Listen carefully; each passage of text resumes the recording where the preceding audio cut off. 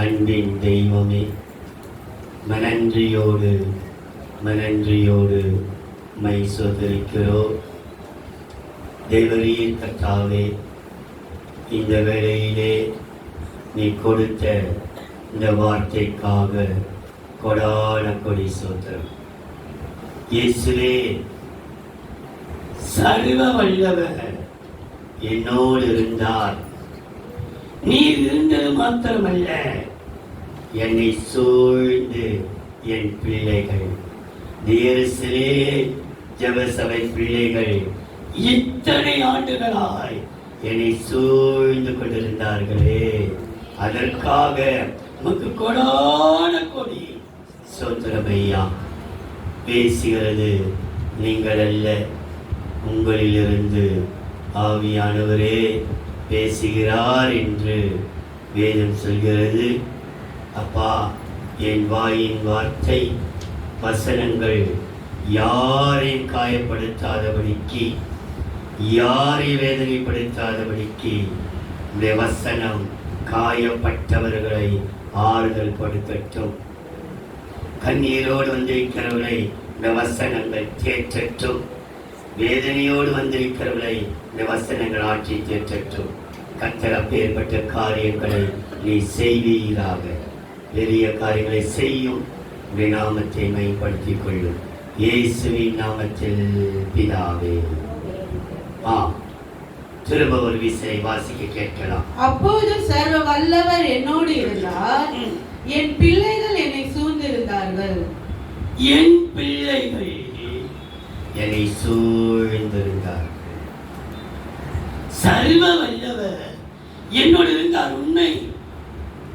ஆனால் இத்தனை ஆண்டு காலமாய் உரிமையோடு சொல்லுகிறார், என் பிள்ளைகள் என்ன இருந்தார்களா? எத்தனையோ பிரச்சனை, எத்தனையோ பாடுகள், எத்தனையோ வேதனைகள், எத்தனையோ சஞ்சலங்கள், எத்தனையோ மலைகள், எத்தனையோ பெரிய பெரிய வனாந்தரங்கள், எல்லாவற்றிலேயும் தேவன் என் பிள்ளைகள் என்னோடு இருக்கும்படிக்கு கர்த்தர் கிருபை செய்தாரே. எல்லாம் என்னை சூழ்ந்து இவ்வளோ பல போராட்டங்களை சந்திக்கிற வேளையிலே என் பிள்ளைகள் என்னை சூழ்ந்து கொண்டிருந்தார்கள். என் பிள்ளைகளை சூழ்ந்து கொண்டிருந்தார்களே, அந்த பிள்ளைகள் எப்படிப்பட்ட பிள்ளைகள்? அந்த பிள்ளைகளுக்குள்ளே இருந்த விசேஷித்த சுபாவங்கள் என்ன என்று பார்ப்பதற்கு முன்பாக இன்னொரு வசனத்தை வாசிக்கலாம். ஏசாயா 8ஆம் அதிகாரம் 18ஆம் வசனம். ஏசாயா 8ஆம் அதிகாரம் 18ஆம் வசனம். இதோ நானும் கர்த்தர் எனக்கு கொடுத்த பிள்ளைகளும்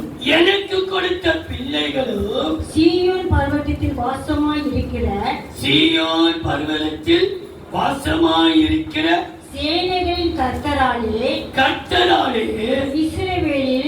இஸ்ரவேலில் அடையாளங்களாகவும் அற்புதங்களாகவும் இருக்கிறோம். இதோ நானும் எனக்கு கொடுத்த பிள்ளைகளும் எப்படி இருக்கிறோமா? அற்புதங்களாக, அடையாளங்களாக. இதே பிள்ளை கத்துக்கள் பல்லையிடங்களை கத்த அடையாள சிலமாய் மாற்ற போகிறார்.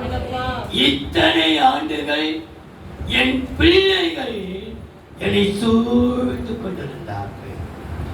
147ஆம் சங்கீதம் 12ஆம் வசனம் 13ஆம் வசனம்.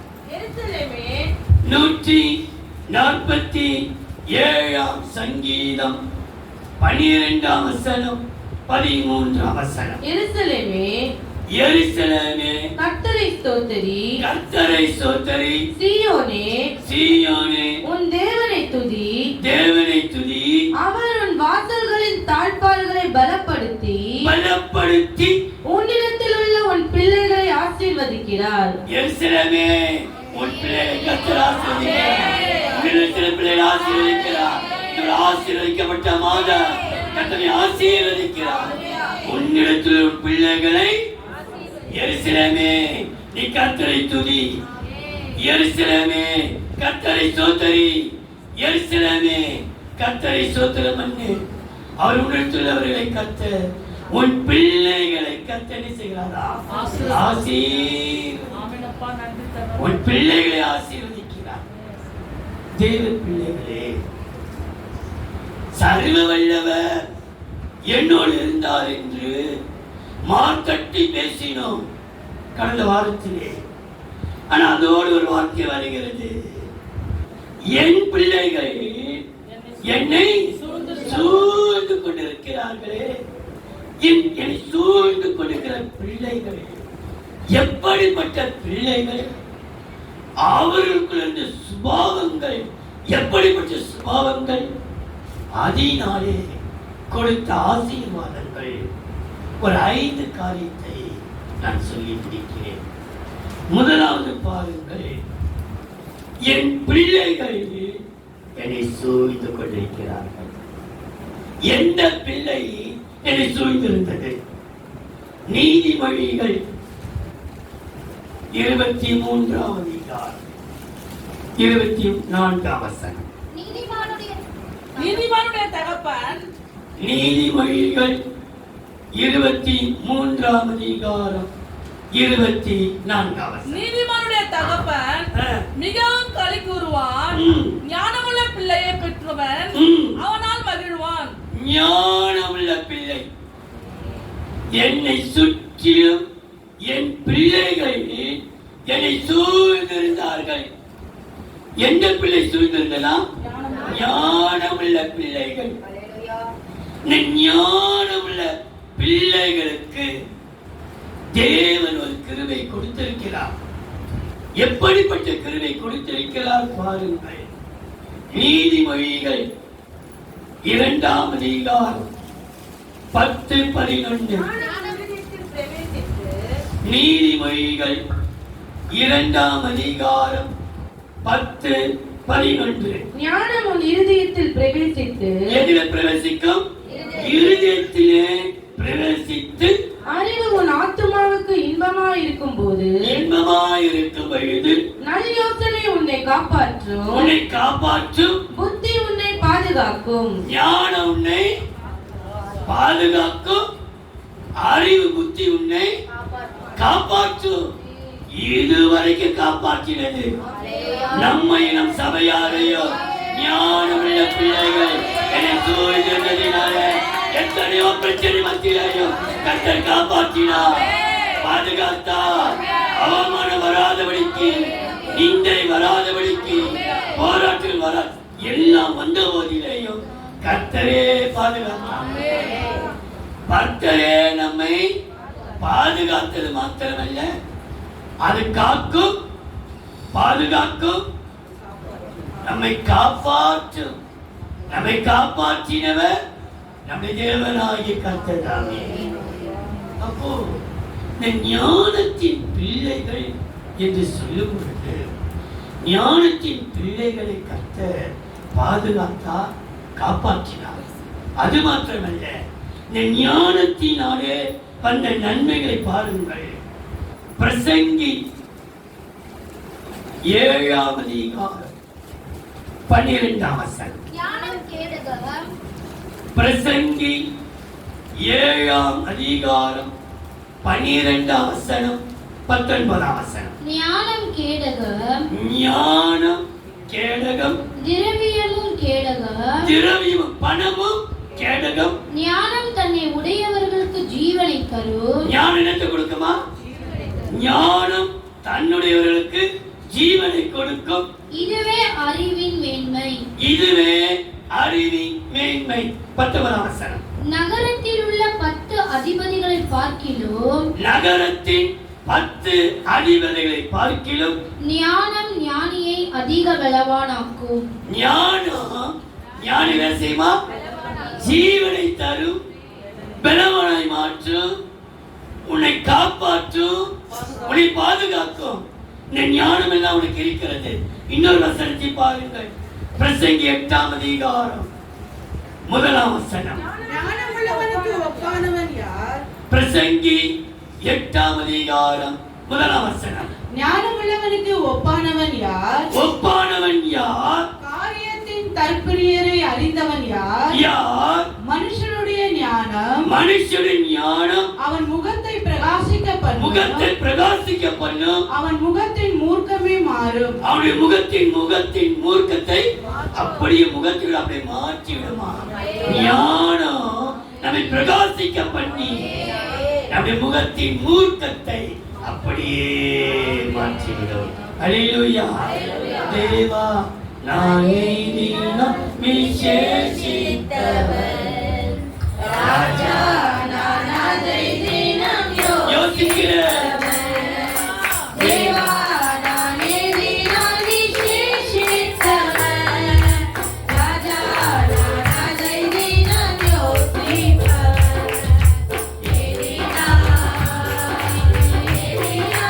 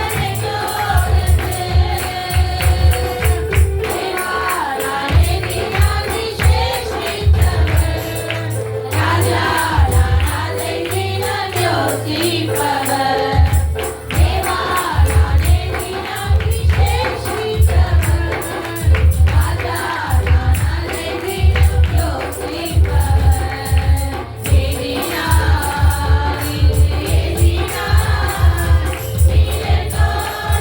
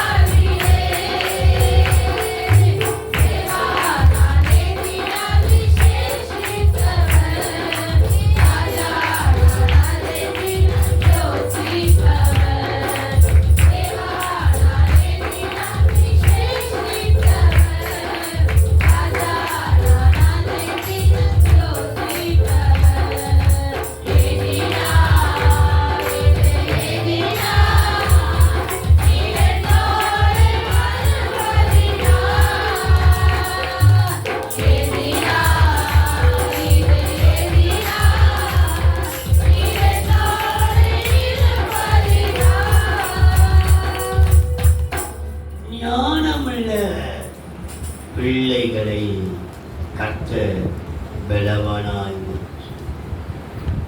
எல்லா பலனையும் கர்த்தர் கொடுக்கிறவர். என் பிள்ளைகள் என்னை சூழ்ந்திருந்தார்கள். என் பிள்ளைகள் யார் என்றால் ஞானமுள்ள பிள்ளைகள். அவருக்கு தேவன் கொடுத்தது பலன். ஞானவான்கள் பலனாயிருப்பார். ஆனால் வசனம் சொல்கிறது கர்த்தருக்கு பயப்படுதலே ஞானத்தின் ஆரம்பம். அப்போ இந்த ஞானமுள்ள பிள்ளைகள் யார் என்றால் கர்த்தருக்கு பயந்தது.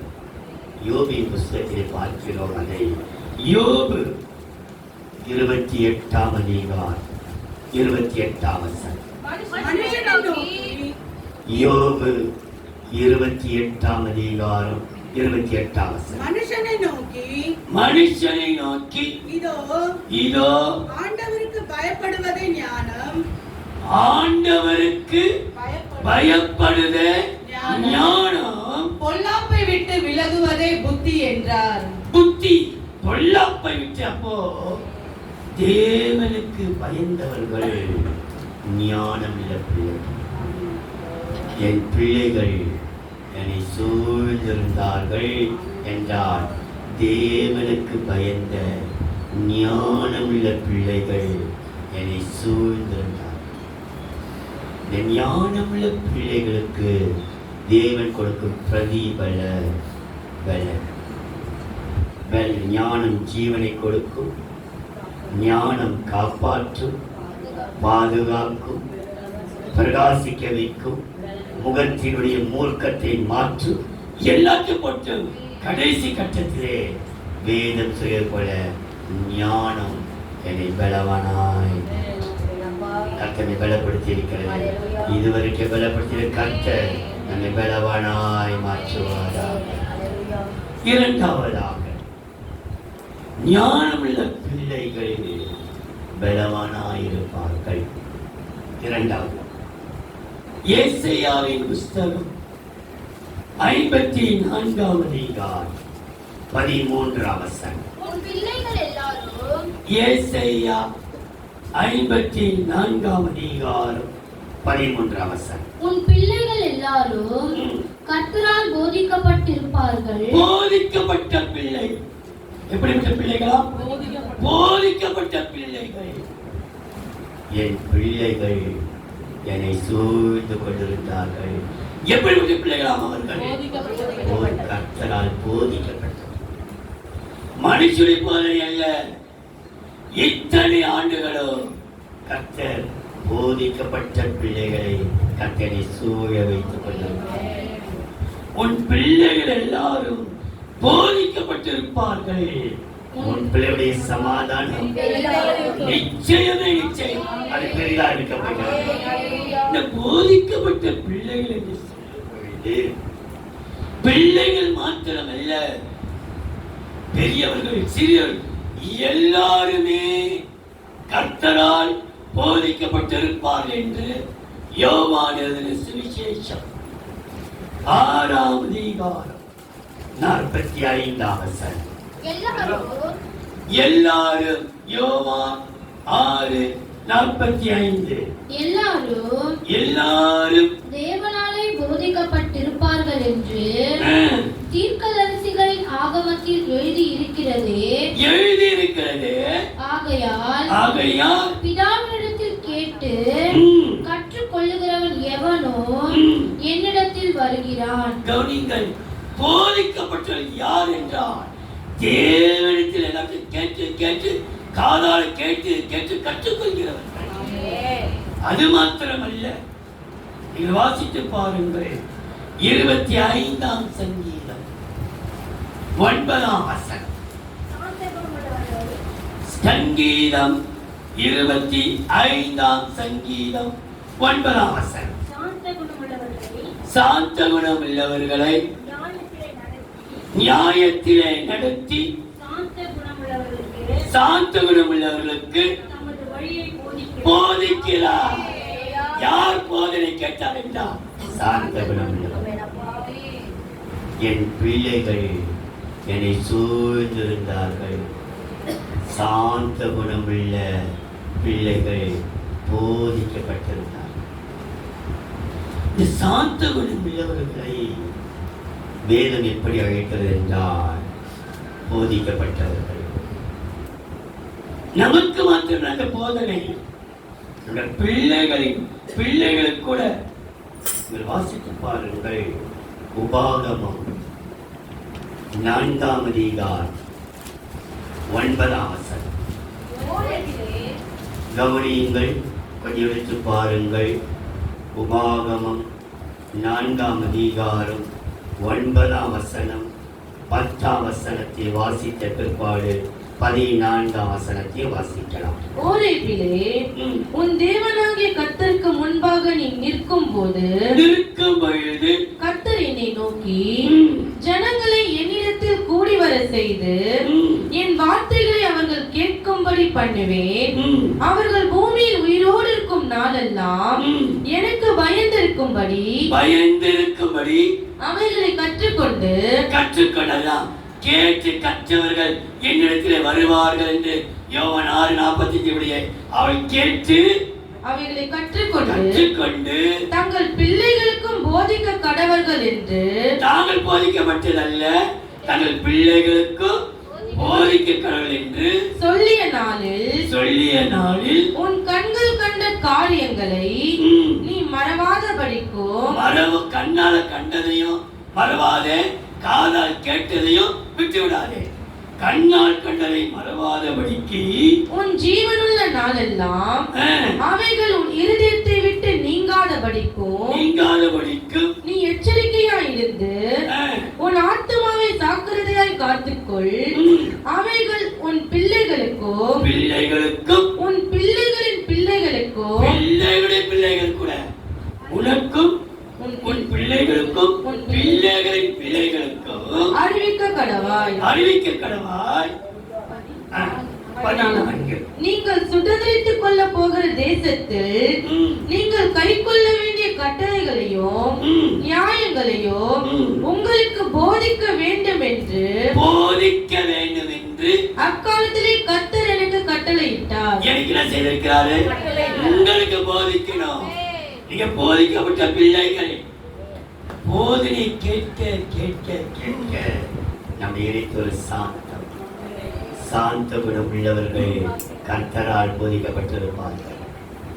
இந்த சாந்த குணம் உள்ளவருக்கு எத்தனையோ ஆசீர்வாதம். சாந்த குணம் உள்ளவர்கள் பூமியை சுதந்திரித்துக் கொள்வார்கள். சாந்த குணம் உள்ளவர்கள் மன மகிழ்ச்சியால் காணப்படுவார்கள். சாந்த குணங்களுடைய ஜெபத்தை கட்ட எத்தனையோ உண்டு. ஆனா தேவன் நமக்கு கொடுக்கிற ஆசீர்வாதத்தை பாருங்கள். இந்த சாந்த குணம் உள்ளவர்கள் போதிக்கப்பட்ட ஆசாரியர்களுக்கு, வேத பாடல்களுக்கு, விசுவாச மக்களுக்கு கொடுத்த ஆசீர்வாதம். எஸ்ராவின் புஸ்தகம் 7ஆம் அதிகாரம் 12ஆம் வசனம். எஸ்ரா 7ஆம் அதிகாரம் 12ஆம் வசனம். ராஜாதி ராஜாவாகிய அர்த்தசஷ்டா பரலோகத்தின் தேவனுடைய நியாயப்பிரமாணத்தை போதிக்கிற உத்தம வேத பாரகனாகிய எஸ்ரா உத்தம வேத பாரகனாகிய எஸ்ரா என்னும் ஆசாரியனுக்கு பூரண சமாதானம் உண்டாவதாக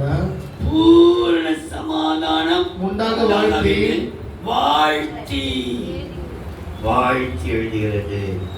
அப்போ கர்த்தர் போதிக்கப்பட்ட பிள்ளைகளை கர்த்தர் வாழ்த்துவார். நீ வாழ்ந்திருப்பார். நீ சாக பிறந்தவள் அல்ல, சாக போயிருள் அல்ல, நீ வாழ பிறந்தவள். உனக்கு பூர்ண சமாதானம் உண்டாகும். உன் குடும்பத்தாலே பூர்ண சமாதானம், உன் சபையால் உனக்கு பூரண சமாதானம், உன் ஜனங்களாலே உனக்கு ஒரு பூரண சமாதானம், உனக்கு சமாதானம் உண்டாகும். உன்னை வாழ்த்துவார்கள். என் பிள்ளைகள் என்னை சூழ்ந்து கொண்டிருந்தார்கள். எந்த பிள்ளை சூழ்ந்தது? போதிக்கப்பட்ட பிள்ளை. போதிக்கப்பட்ட பிள்ளை யார்? சாந்த குணம். அந்த சாந்த குணம் உள்ளவர்களுக்கு தேவன் வாழ்த்துதலை கர்த்தர் பார்க்கப்படுவார். பூரண சமாதானம் உண்டாகி வாழ்த்தி எழுதுகிறது என்னவென்றால் கர்த்தனை வாழ்த்துவாரார். சுருக்கமாய் சொல்வேன், நான் எழுதிக் கொள்ள வேண்டியது, சர்வ வல்லவர் என்னோடு இருந்தார். என் பிள்ளைகள் என்னை சூழ்ந்து கொண்டிருந்தார்கள். ஞானத்தின் பிள்ளைகள் சூழ்ந்திருந்தபடியினாலே பலவனாய் மாறினார்கள். போதிக்கப்பட்ட பிள்ளைகள் சூழ்ந்திருந்ததினாலே வாழ்த்தை பெற்றார்கள். நீங்கள் வாழ்ந்து கொண்டிருப்பீர்கள். எத்தனை பேர் மன்னவாரி விட்டிருக்கலாம், சபித்திருக்கலாம். ஆனா கர்த்தருடைய வார்த்தையோ, நீ வாழ்ந்திருப்பாய். பிரியமானவனே, பிரியமானவனே, ஆத்மாகிறது போல நீ எல்லாத்திலும் வாழ்ந்து சுகமாயிருக்கபடி வேண்டும். மூன்றாவது ஒரு பிள்ளை எரேமியாவின் புஸ்தகம் 31ஆம் அதிகாரம் 20ஆம் வசனம். எப்பிராயீம் எனக்கு அருமையான குமாரன் அல்லவா? எரேமியா 31ஆம் அதிகாரம் 20ஆம் வசனம். எப்பிராயீம் எனக்கு அருமையான குமாரன் அல்லவோ? அவன் எனக்கு பிரியமான பிள்ளை அல்லவோ? பிரியமான பிள்ளை. என்ன பிள்ளையா? ஞானமுள்ள பிள்ளை, போதிக்கப்பட்ட பிள்ளை. இங்கே போடப்பட்டிருக்கிறது பிரியமான பிள்ளை அல்லவா? இந்த பிரியமான பிள்ளை என்று சொல்லும் பொழுது வேதம் இந்த பிரியமான பிள்ளை யார் என்று வேதம் சொல்கிறது பாருங்கள். ஏசாயா 48ஆம் அதிகாரம் 14ஆம் வசனம். நீங்கள் எல்லாரும் ஏசாயா 48ஆம் அதிகாரம் 14ஆம் வசனம். நீங்கள் எல்லோரும் கூடி வந்து கேளுங்கள். கேளுங்கள், கர்த்தருக்கு பிரியமானவன், கர்த்தருக்கு பிரியமான பிள்ளையானவன் அவனுக்கு சித்தமானதை பாபிலோனுக்கு செய்வான். அவருக்கு சித்தமானதை பாபிலோனிலும். பாபிலோன் என்றால் மகா பயங்கரமான கேடுகள் நிறைந்த இடங்கள், பாவங்கள் நிறைந்த இடங்கள். நீ இருக்கும் இடத்திலே எத்தனை பாவங்கள் உன்னை சூழ்ந்து கொண்டாலும் நீ யார் தெரியுமா? தேவனுக்கு பிரியமானவன், தேவசித்தம் செய்கிறவன், தேவசித்தம் செய்கிறவன். அவர் சித்தம் உனக்குள் இருக்கிறது. அன்று உன்னை பார்த்தான்னு சொல்கிறான், பிரியமான பிள்ளையே, என்னை சூழ்ந்து இருக்கிறவர்கள் தங்கள் சுய சித்தமாய் நடக்க மாட்டார்கள். தேவ சித்தம், தேவ சித்தத்தையே மையமாய் கொண்டிருக்கிறவர்கள். ஆண்டவரே, இந்த சித்தம் நிறைவேறும், சித்தம் நிறைவேறும். அப்போ இந்த பிரியமான பிள்ளைகளை குறித்து விசேஷித்த ஆசீர்வாதங்களை கர்த்தர் வைத்திருக்கிறார். அது ஒன்று என்று சொல்கிறேன் பாருங்கள். எபேசியர் 5ஆம் அதிகாரம் 1-2. ஆதலால் எபேசியர் 5ஆம் அதிகாரம் 1-2. ஆதலால் நீங்கள் பிரியமான பிள்ளைகளைப் போல. எப்படி ஒரு பிள்ளைகளைப் போல? நாம் எல்லாரும் பிரியமான பிள்ளைகளைப் போல தேவனை பின்பற்றுகிறவர்களாகி, தேவனை பின்பற்றவராகி, கிறிஸ்து நமக்காக தம்மை தேவனுக்கு சுகந்த வாசனையான காணிக்கையாகவும் பலியாகவும் ஒப்பு கொடுத்து நம்மில் அன்பு கூர்ந்தது போல நீங்களும் அன்பிலே நடந்து கொள்ளுங்கள். அன்பாகவே நடந்து கொள்ளுங்கள். திருவிழா எல்லா கசவுகள் மாறட்டும், வைராக்கியங்கள் மாறட்டும், கோபங்கள் மாறட்டும், எரிச்சல்கள் மாறட்டும். ஆகவே இன்னைக்கு எல்லாரையும் வாசிக்க சொல்கிறேன். எல்லாரும் சந்தோஷமா இருங்கள். ஒருத்தர் உள்ளத்திலேயே கசப்போ வைராக்கியமோ எரிச்சலோ காணப்பட வேண்டிய அவசியம் இல்லை. எல்லாருக்கும் கர்த்தர் விடுதலை கொடுத்திருக்கிறார், கிருபையை கொடுத்திருக்கிறார், வரங்களை கொடுத்திருக்கிறார், தாளங்களை கொடுத்திருக்கிறார். ஏகோபித்து நாம எல்லாரும் பிரயோஜனப்படுத்துவோம். அன்பிலே பிரியமான பிள்ளைகள் அன்பிலே நடந்து கொள்வார்கள். இன்னொரு வசனத்தை பாருங்கள். 1 கொரிந்தியர் 4ஆம் அதிகாரம் 14-15. 1 கொரிந்தியர் 4ஆம் அதிகாரம் 14-15. உங்களை வெட்கப்படுத்தும்படிக்கு நான் இவைகளை எழுதவில்லை. இவர்களை நான் சொல்லல வெட்கப்படுத்தவோ, உங்களை வேதனைப்படுத்தவோ, உங்களை காயப்படுத்தவோ, உங்களை துக்கப்படுத்தவோ இல்ல. வேதத்தை சொல்லுகிறேன், வேதத்தை வாசிக்க வைக்கிறேன். ஒருவரை துக்கப்படுத்தாதபடிக்கு வேதமே எல்லாருடைய காயங்களை கத்தராற்றுவதாக. நம்முடைய சக்தியை வேதம் நம்மை பலப்படுத்தட்டும். உங்களை வெட்கப்படுத்துவதற்காக இதை நான் எழுதவோ பேசவோ இல்லை. நீங்கள் எனக்கு பிரியமான பிள்ளைகள் என்று. நீங்கள் யாரா? பிரியமான பிள்ளைகள் என்று உங்களுக்கு புத்தி சொல்லுகிறேன். உனக்கு புத்தி சொல்றேன். நீ ரொம்ப பிரியமானவள். லில்லி புஷ்பம், முட்களுக்குள்ளே லில்லி புஷ்பம் எப்படி இருக்கிறதோ, குமாரத்திகளுக்குள்ளே எனக்கு பிரியமானவளும் அந்த முள்ளுகளுக்குள்ளே தான் இருக்கிறார். அவங்களுக்கு நான் புத்தி சொல்கிறேன், எந்த முள்ளு உன்னை குத்தினாலும் நீ கவலைப்படாதே, நீ கர்த்தருக்கு பிரியமானவள்.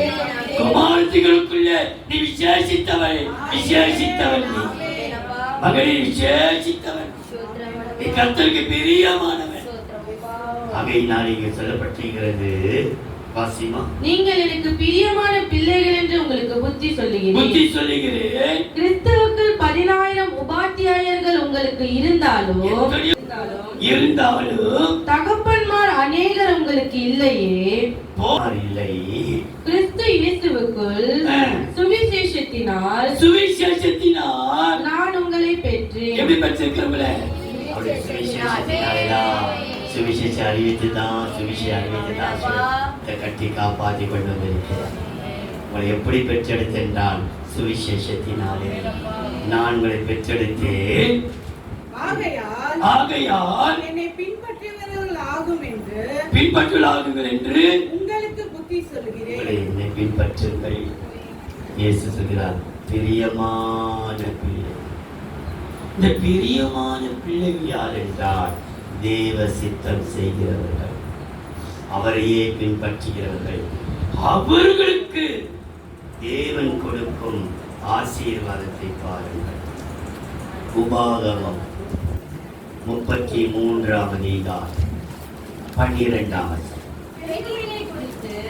உபாகமம் 33ஆம் அதிகாரம் 12ஆம் வசனம். பென்யமீனை குறித்து கர்த்தருக்கு பிரியமானவன் அவரோடு சுகமாய் தங்கி இருப்பான். அவன் யாரா? கர்த்தருக்கு பிரியமானவன், அவரோடு சுகமாய் தங்கி இருப்பான். அவனை எந்நாளும் அவர் காப்பாற்றி, என்ன ஒரு நாள் ரெண்டு நாள் இல்ல, எத்தனையோ சந்தர்ப்பத்தில் கர்த்தரை காப்பாற்றினார். இதுவரைக்கும் காப்பாற்றி இருக்கிறார். நம்ம நீதிமான்கள் அல்ல, அநியாயம் செய்தவர்கள் தான். கர்த்தரை காப்பாற்றினார். பென்யமீன் எனக்கு பிரியமானவன். நீங்க பாத்தீங்களா? நமக்கு பிரியமா, கர்த்தர் நம்ம பிரியமா இருக்கிறார் தான் நம்ம நேசிக்கிறார். பென்யமீன் கர்த்தருக்கு பிரியமானவன். அவன் சுகமாய் தங்கியிருப்பான். அவர் அவனை எந்நாளும் காப்பாற்றி அவன் எல்லைக்குள்ளே வாசமாய் இருப்பார் என்றான். அவர் எல்லைக்குள்ளே பொதுவே வாசமாய் இருப்பார். அப்போ கர்த்தர் பிரியமானவனை, பிரியமான பிள்ளையை சுகமாய் வாழ வைப்பார். அவருடைய பிள்ளைகளை கட்டி விட்டுடுவாரா? அலைஞ்சி தெரிய எல்லார்கிட்ட கையெந்த விட்டுடுவாரா? தலை சொல்லி பிடிக்க வைப்பாரா? கையெந்த விடுவாரா? ஒரு நாள் விட மாட்டார். என் பிள்ளைகள் என்னை சூழ்ந்து கொண்டிருக்கிறார்கள். பிரியமான பிள்ளையை கர்த்தர் சுகமாய் வாழ வைப்பார். ஆனா யார் தெரியுமா பிரியமானவன்? தேவ சித்தத்தை.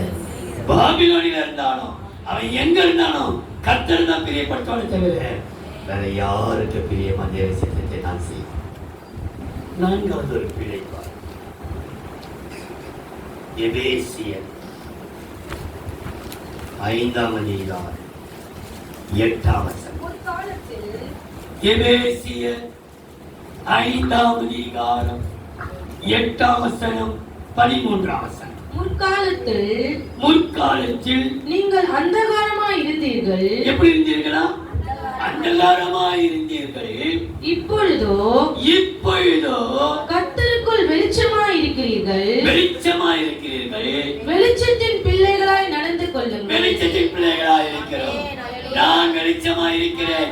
நீங்கள் வெளிச்சமாய் இயேசு சொன்னாரே, நான் இந்த உலகத்திற்கு ஒளியாய் இருக்கிறேன். அப்போ வெளிச்சத்தின் பிள்ளைகள்.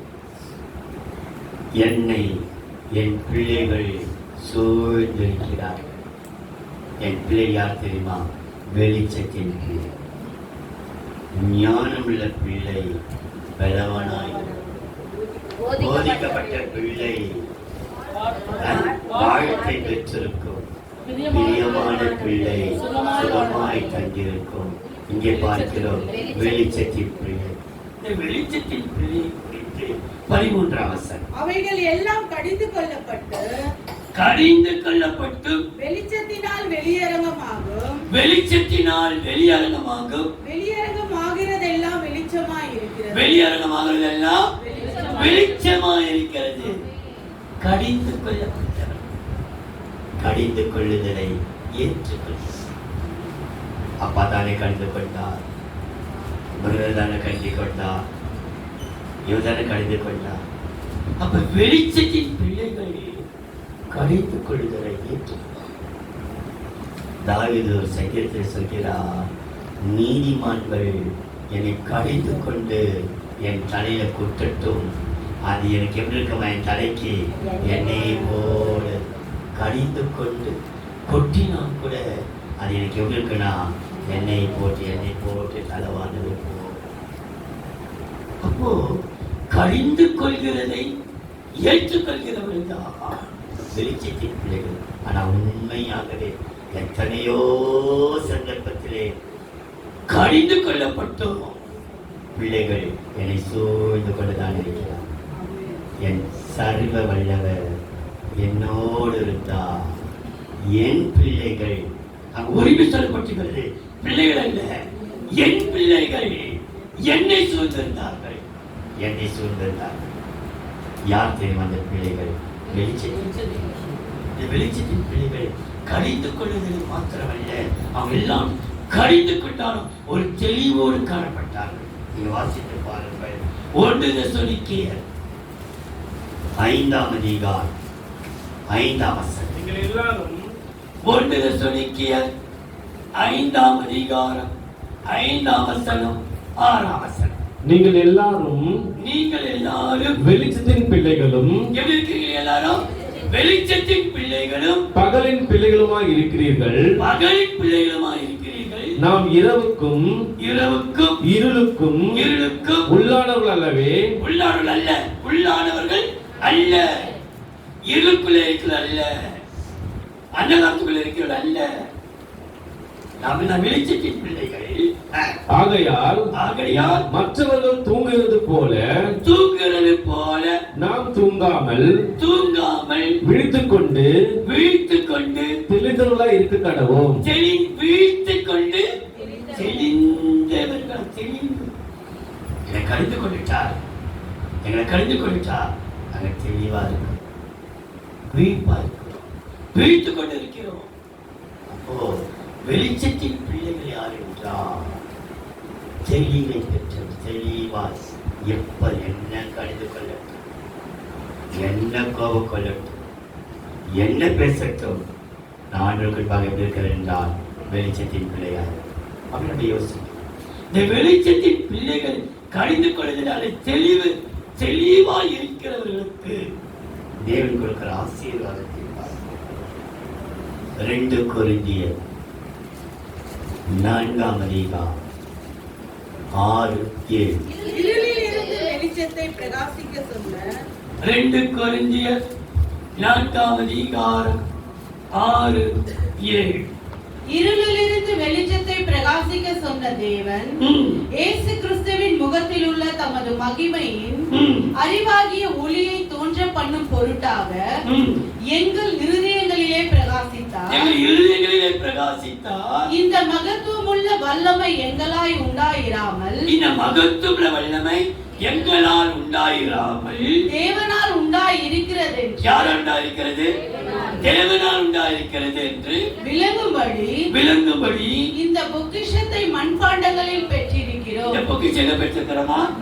மண்பாண்டங்களிலே பெற்றிருக்கிறோம். நாங்கள் எப்பக்கத்திலும் நெருக்கப்பட்டாலும் ஒடுங்கி போகிறதில்லை.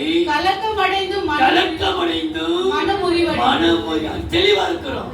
என்ன பிரச்சனை வரட்டும், ஏது நடக்கட்டும், சத்தியமே நிற்க வைப்பா, நடக்க வைப்பா, பிரகாசிக்க வைப்பா.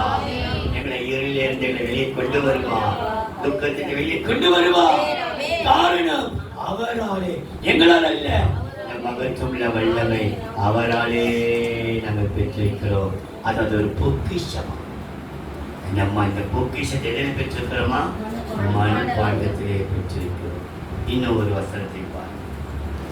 யோவான் எழுதின சுவிசேஷம் 12ஆம் அதிகாரம் 36ஆம் வசனம். ஒளி உங்களோடு இருக்கையில் நீங்கள் ஒளியின் பிள்ளைகளாய் இருக்கும்படிக்கு. யோவான் 12ஆம் அதிகாரம் 36ஆம் வசனம். ஒளி உங்களோடு இருக்கையில் ஒளி உங்களோடு இருக்கையில் நீங்கள் ஒளியின் பிள்ளைகளாய் இருக்கும்படிக்கு. எந்த பிள்ளைகளாய் இருக்கிறோமா? வெளிச்சத்தின் பிள்ளைகள். ஒளி பிள்ளைகளாய் இருக்கும்படிக்கு ஒளியிடத்தில் விசுவாசமாய் இருங்கள் என்றார். எப்படி இருங்கள்? தேவன் எனக்கு செய்வார். விசுவாசம் நமக்காக செய்யாமல் வேற யாருக்கு அவர் செய்யப்படுகிறார்? உனக்கு செய்யாமல் வேற யாருக்கு செய்ய? ஒப்படைக்க போகிறார். உனக்கு வர வேண்டிய அனைத்து ஆசீர்வாதங்களையோ உனக்காக ஒரு சத்துருக்களுக்கு பிடுங்கி உங்கள் ஒப்படைக்கப்படுகிறார். சோர்ந்து போகாது. விசுவாசமாய். இன்னொரு வசனத்தை பாருங்கள். மத்திய எழுதின சுவிசேஷம் 5ஆம் அதிகாரம் 16ஆம் வசனம். மத்தேயு 5:14. இவ்விதமாய் எதை கண்டு? நல்ல கிரியைகளை கண்டு, நற்கிரியைகளை கண்டு பரலோகத்திலிருந்த ஒரு பிதாவை மகிமைப்படுத்தும்படி உங்கள் வெளிச்சம் அவர்கள் முன்பாக பிரகாசிக்க கடவுது. அவருக்கு முன்பாக நம்முடைய நற்கிரியைகள் நம்முடைய பிதாமூலமா மகிமைப்படப்படுகிறது.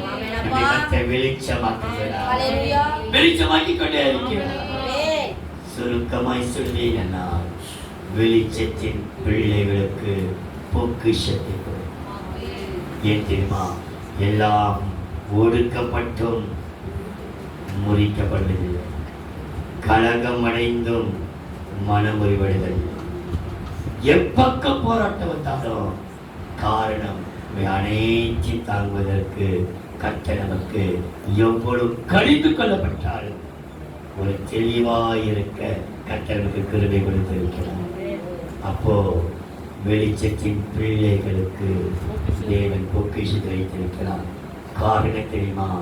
அவர்கள் எப்போ கடிந்து கொண்டாலும் அவங்க தெளிவாயிருக்கும். என் பிள்ளைகள் என்னை சூழ்ந்து கொண்டிருக்கிறார். ஞானமுள்ள பிள்ளை, போதிக்கப்பட்ட பிள்ளை, வெளிச்சத்தின் கடைசியாக கீழ்ப்படுகிற பிள்ளைகளே, உங்கள் பெற்றோருக்கு கர்த்தருக்குள் கீழ்ப்படிங்கள். இதுதான் ஞானம். நம்முடைய பிள்ளை நாம் எல்லாரும் கீழ்ப்பட்டிருக்க வேண்டும். 1 பேதுரு 1ஆம் அதிகாரம் 14ஆம் வசனம். 1 பேதுரு 1ஆம் அதிகாரம் 14ஆம் வசனம். இல்லை 14. உங்கள் 1 பேதுரு 1ஆம் அதிகாரம் 14ஆம் வசனம். நீங்கள் முன்னே உங்கள் அறியாமையினாலே கொண்டிருந்த இச்சைகளின்படி இனி நடவாமல் கீழ்ப்படுகிற பிள்ளைகளாய் இருந்து. எப்படி பிள்ளைகளாய்? கீழ்ப்படுகிற பிள்ளைகள். கீழ்ப்படுகிற என் பிள்ளைகள். 2ஆம் வசனம். பிதாவாகிய தேவனுடைய முன்னறிவின்படியே ஆவியானவரின் பரிசுத்தமாக்குதலினாலே கீழ்ப்படிதலுக்கும் இயேசு கிறிஸ்துவினுடைய இரத்தத்தில் தெளிக்கப்படுதலும் கீழ்ப்படுகிறவர்களுக்கு எழுதுகிறதாவது கீழ்ப்படுகிற பிள்ளை. இன்னைக்கு இந்த கீழ்ப்படுகிற பிள்ளைகள் என்று வேதம் யாருக்கு சொல்லுகிறது? பாடுபடுகிறவர்கள். எத்தனையோ பாடுகள் மத்தியிலையும் கீழ்ப்படிதலோடு காணப்படுகிறார். என் பிள்ளைகள் என்னை இவ்வளோ பாடுப்பா, இந்த சபைக்கு போய் நான் பாடுபட்ட இந்த சபை எனக்கு மாநாட்டோடு இல்லை. பாடுவை ஏற்றுக்கொண்டார், பிரச்சனை ஏற்றுக்கொண்டார்கள், வேலை ஏற்றுக்கொண்டார்கள். நீ போய் பார்த்தேன், எனக்கு சபை நீ மாத்திப்பா, உனக்கு ஒரு பெரிய ஆசை வரும் சொல்லுவார்கள். ஆனா என் பிள்ளைகள் என்னை சூழ்ந்திருந்தார்கள். யார் தெரியுமா? அவர்கள் கீழ்ப்படுகிறார்கள். இந்த கீழ்ப்படிகள் யார் தெரியுமா? உள்ள பாடுகள் நிறைய. இவ்வளோ கீழ்ப்படிந்த இவ்வளவு பாடுபட்டேன். பாடுபடுகிற நம்மை அறிவித்து விடவே மாட்டார். வாசித்து பாருங்கள். எபிரேயர் 5ஆம் அதிகாரம் 8:9. அவன் குமாரனாய் இருந்தான். எபிரேயர் 5ஆம் அதிகாரம் 8:9. அவன் குமாரனாய் இருந்தான். அவன் குமாரனாயிருந்தும் பட்ட பாடுகளினாலே கீழ்ப்படுதலை கற்றுக்கொண்டு எதை கற்றுக்கொண்டாரா? பாடுகள் தான் கீழ்ப்படைய வச்சிச்சு. இவ்வளவு பாடுகளா அப்பா? என்னால முடியாது. இந்த பாடுகள் தான் உனக்கு கீழ்ப்படைய வைக்கும். இந்த பாடுகள் என்னை கீழ்ப்படியப்படும் பொருட்டு தாம் பூரணரான பின்பு தமக்கு கீழ்ப்படுகிற யாவருக்கும்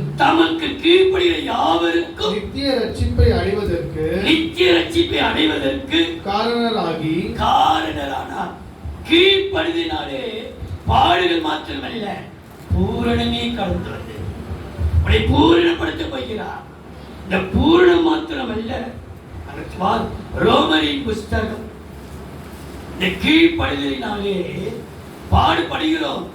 ஆனா பாடுபட்டது கருத்து அப்படி விட்டு அதுக்கு பதிலாக சந்தோஷத்தை உருவாக்குறார். ரோமர் 16:19. உங்கள் கீழ்ப்படிதல் யாவருக்கும் தெரிய வந்திருக்கிறது. ரோமர் 16ஆம் அதிகாரம் 19ஆம் வசனம். உங்கள் கீழ்ப்படிதல் யாவருக்கும் தெரிய வந்திருக்கிறது.